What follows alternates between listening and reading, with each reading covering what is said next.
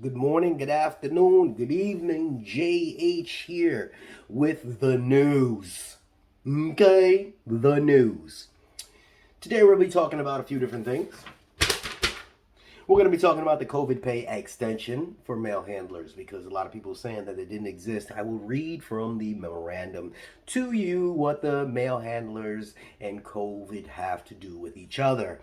We will also talk about transferring, involuntary transferring. What does that mean? Stay tuned, stay tuned. And we will definitely touch on delays in hiring, what to wait for and what not to wait for when you do apply.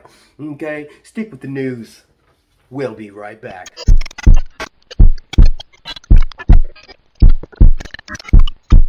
These niggas say they dedicated, I don't see the dedication. They wanna say they dedicated, I don't see the dedication. These niggas say they dedicated, I don't see the dedication. They wanna say they dedicated, I don't see the dedication. These niggas say. All right, first we're going to talk about this COVID pay thing. All righty then. All right, so I spoke the other day about the COVID and the extensions on for the APWU, American Postal Workers Union, and it was temporary up until February some odd. They were going to take and basically extend what was gifted from the government back in March of 2020, the same exact initial hours paid, sick leave, dependent care, so on and so forth, and they were going to extend that up until February of 2022. It ended back in September. The American Postal Workers Union covers the clerks, covers the tractor trailer operators, it covers the mechanics, so on and so forth.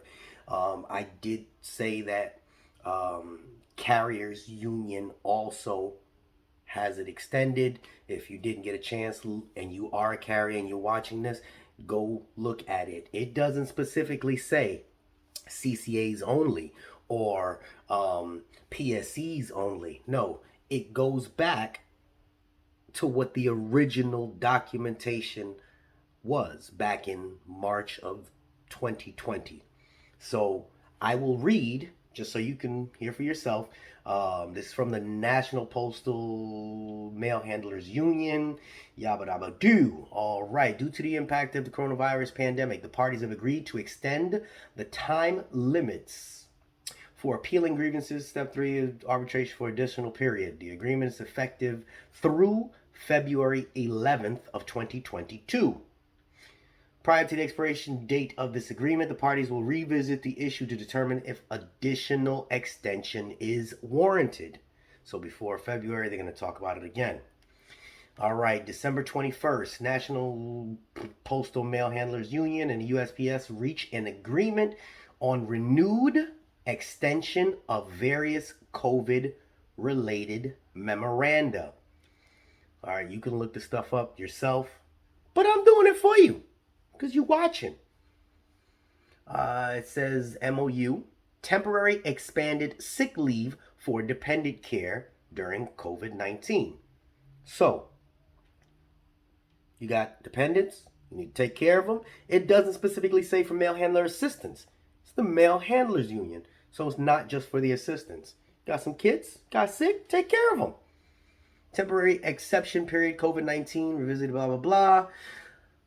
Liberal changes of schedule and leave letters dated March 23rd, 2020. No idea what that means. Not gonna lie to you. Temporary additional leave for mail handler assistants. Newly hired mail handler assistants hired after the signing of this agreement will be permitted to use up to 80 hours of paid leave. So if you just got hired as mail handler assistant, yeah, there it is. You are now gifted 80 hours. Don't. I just said it in my last video. Don't be calling out just to call out.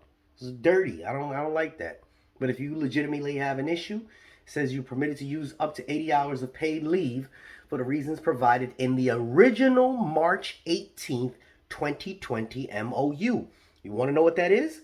Go online, look at it. March 18th, 2020. They have MOU, click it, you read it, everything's in there. So when you go to your union clerk, say, I don't know nothing about that. See how I did that? I was a union clerk. I don't know nothing about that. It's right there. It's right there. This is their stuff. This is their stuff. They know about it. They be playing. Anyway, temporary paid leave for MHAs. It does not provide an additional 80 hours for existing MHAs. I can't see. Those MHAs already hired prior to the signing of the extension who only used a portion or none of the 80 hours leave from the original MOU will be entitled to utilize the remainder of the 80 hours that was left over. What does that mean? If you got sick like last year, early time, and only used 40 hours, you can use the other 40 hours. That's what it means. Okay, paid. Bum. Reappointment opportunities for MHAs separated for lack of work. So those MHAs, mail handler assistants that got separated recently, and this would kind of transfers into my next topic.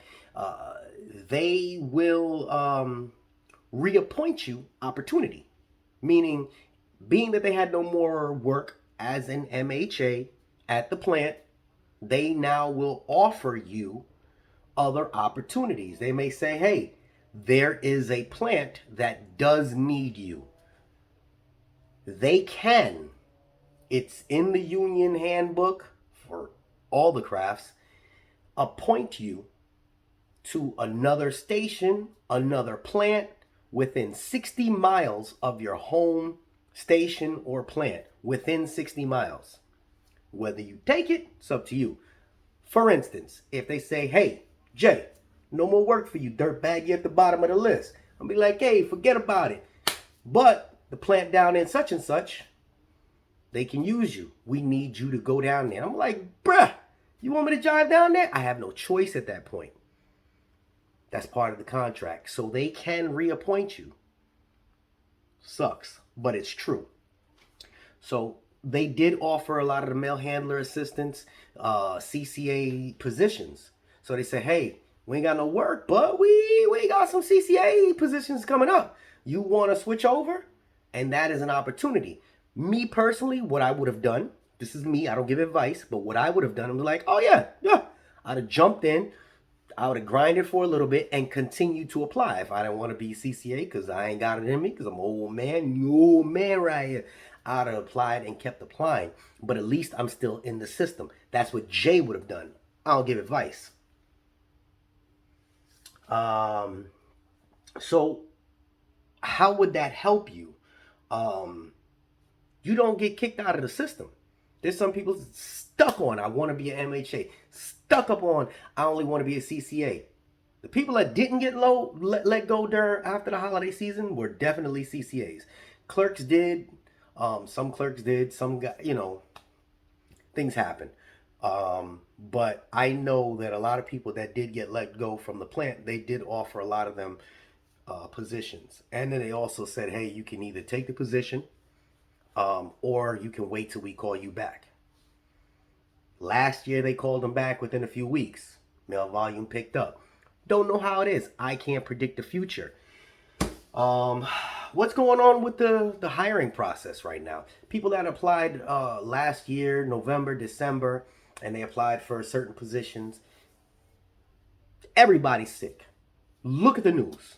Everybody's sick. People are not up in the main human resources. Everything. Everybody is sick. So if they're sick right now, nothing is going to move faster than what we want it to. Process is already slow. But will they get to you? Yes. Do I know how long? Absolutely not. It's one of those hit or miss things. Spoke to a young lady today and she told me about what was going on at her place up in such and such. I try not to put names out there. And I kind of see that playing out throughout the country. Hence why I'm passing the information on to you. What to wait for and what not to wait for. What not to wait for. If you applied for MHA and you got accepted in December, right? But you didn't start yet. You're waiting for an orientation date. And you say, hey, Jay, should I continue to wait? I'm not going to tell you yes or no. I'm going to tell you how I think. My plan had 150 MHAs that came in. They let the 150 MHAs go. They said, hey, we're going to call you back. Now, 150 MHAs are on a list to be called back that worked there already. You got accepted, but you didn't start working yet because they were just going to, for the holiday, whatever it was. Do you think they're going to call you before they call those 150 back? Probably not. They're going to get those 150 to come back, and then you're after them. So, would I wait? Jay? No. I would apply to something else. What to wait for and what not to wait for. Yeah, I would wait, or if I am applying, I would start applying again this year. Now, if you do see something that has popped up in, that's on eCareers or whatever, that what they're posting now are positions that they do need. They let go of the people that they didn't need. But if you see something pop up there right now, that's what they are hiring for. They might have had a temporary clerk that did the holidays at Jamestown, New York station. They had them there and they said, you know what? We ain't going to call this chump back.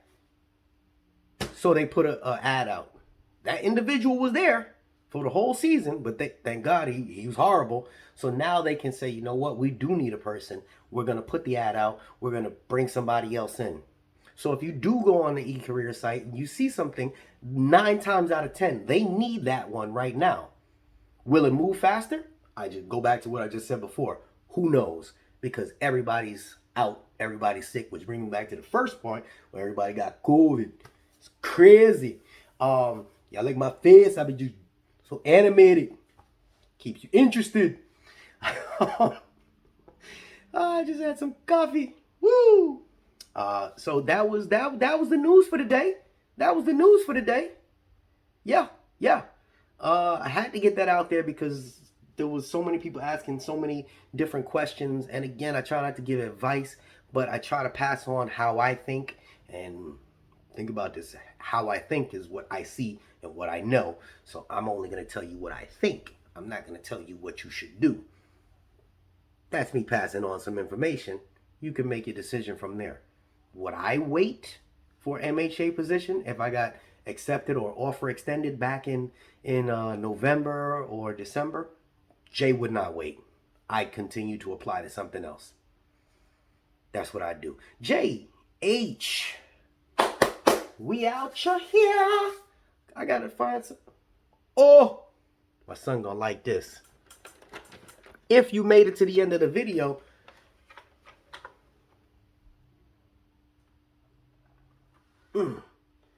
he calls this Bumblebee. It's this transforming car. I gotta charge it. I'm charging it. If you made it to the end of the video, type Bumblebee. Why do you do this, Jay? Just to see if you watch to the end. Just to see. All right. We out here. JH.